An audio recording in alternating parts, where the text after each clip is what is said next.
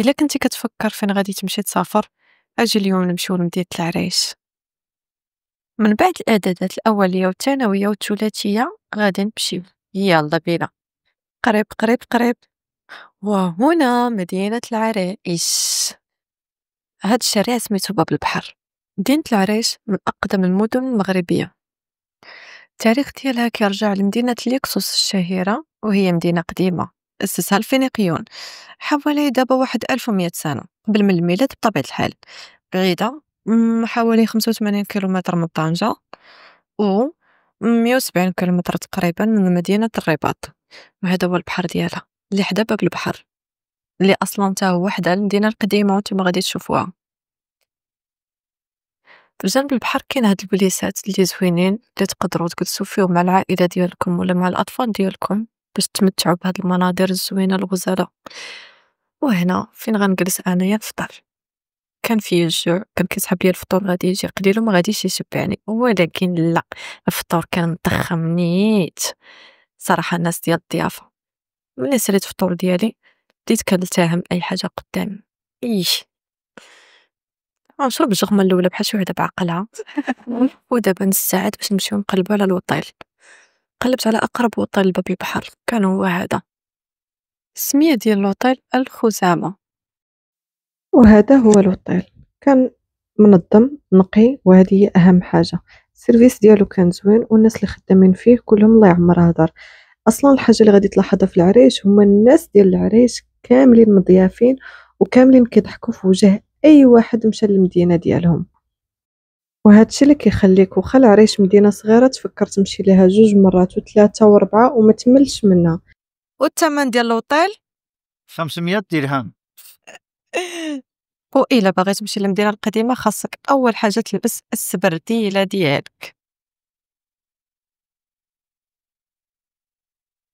هاد البني القديم كيخليني نشم الريحة ديال جدود جدود جدود جدودي ديال المغرب. عندك ناس ضربك. خليني نهبط ونشوف راسي. تسحب لي غادي نخرج في شي زنقة. دخلت لقيت راسي وصلت عند الناس وسط من الدار.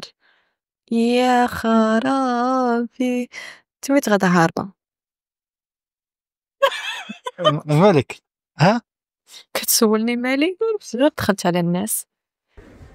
عرفتوا نتوما كتمشاو وسط من المدينه ديال العريش، وخصوصا في المدينه القديمه ديالهم، راك تحس براسك بحال كدور في واحد البلاصه، يعني دازوا فيها ناس هذه 70 عام 100 عام وقبل.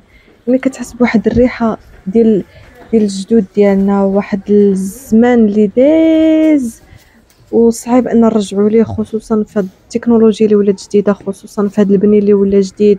كنتمنى مدينه العرايش والمدينه القديمه بالضبط تبقى كيف ما هي، باش نبقاو نمشيو وندورو ونشمو الريحه ديال البلاد ديالنا. هنايا لقيت هاد الدار للبيع، صراحه ما كرهتش ناخذها ونسكن هنا ونجيب لها واحد ديالي كاملين، نبقى غير نرسم وجالسه ترونكيل في هاد المدينه.